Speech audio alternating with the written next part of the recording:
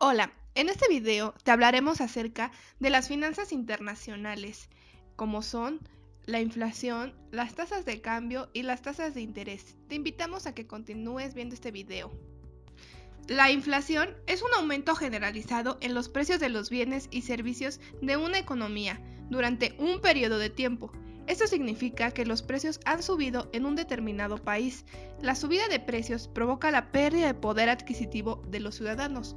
O dicho de otra manera, si hay inflación significa que con el mismo dinero podremos comprar menos cosas que antes. Ventajas de la inflación.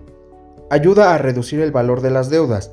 Esto se debe a que si hay inflación en una economía y nuestros salarios suben al mismo ritmo, pero la deuda sigue siendo la misma que antes, el valor real de la deuda será menor que antes de que subieran los precios.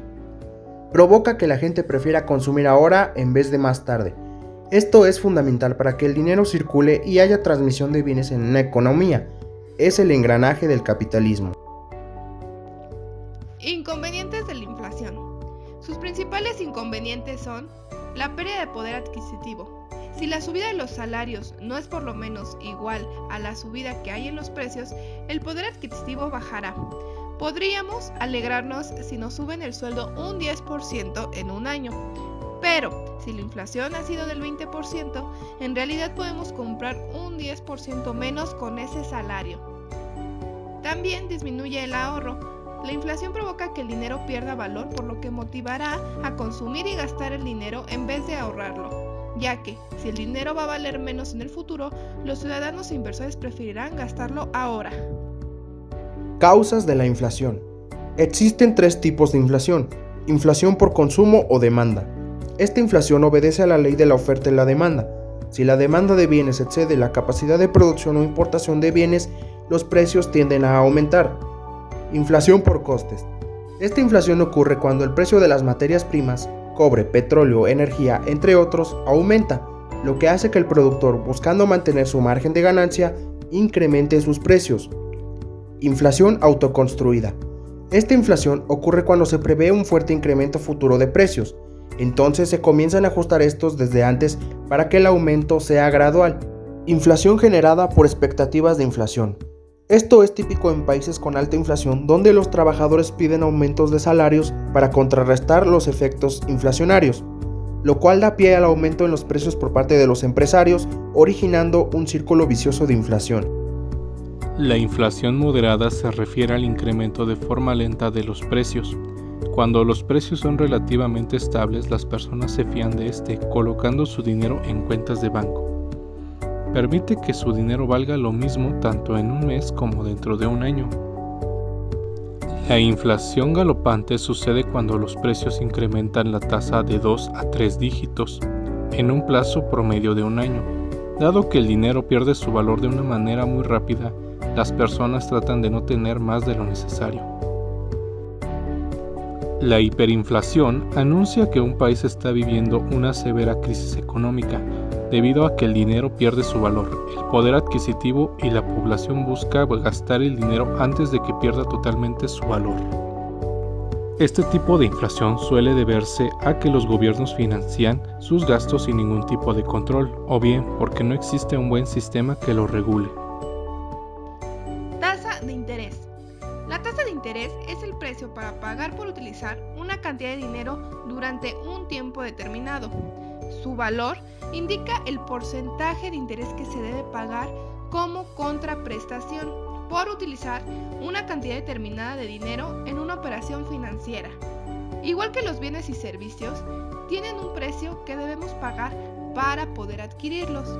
El dinero actúa de la misma manera. Su uso tiene un determinado precio que se expresa en términos anuales y porcentuales. Factores que influyen en los tipos de interés de mercado. El tipo de interés depende de la ley de la oferta y la demanda. Así lo establece el mercado. Cuanto menor sea la tasa de interés, mayor demanda de recursos financieros habrá y viceversa. Sin embargo, en el caso de la oferta, la relación con la tasa de interés es directa porque cuando mayor sea, mayor será la predisposición de prestar dinero, y cuanto más bajo sea el tipo de interés, menos se querrá prestar dinero.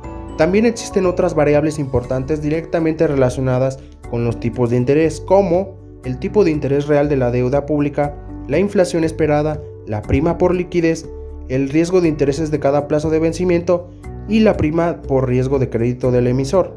Además, el Banco Central del país fija un tipo de interés que afecta a todos los factores ya mencionados. La tasa de cambio es la relación entre el valor de una divisa y otra, es decir, nos indica cuántas monedas de una divisa se necesitan para obtener una unidad de otra. En cada momento existe un tipo de cambio que se determina por la oferta y demanda por medio del mercado de divisas. Para calcular el valor de una moneda con respecto a otra se utiliza el conversor de divisas. El mercado donde se negocia el tipo de cambio es el mercado de divisas. Clasificación de los tipos de cambio según el Banco Central. Tipo de cambio fijo. El gobierno de un país establece el valor de su moneda nacional asociando el valor con el de la moneda de otro país. Dentro de los tipos de cambio fijo existen varios regímenes cambiarios dependiendo de la actuación del Banco Central. Los regímenes son los siguientes, ordenados del más estricto al más flexible. Régimen de convertibilidad o caja de conversión. Se establece por ley un tipo de cambio. El Banco Central se obliga a convertir de manera inmediata en la moneda vinculada cada vez que algún ciudadano presente dinero en efectivo.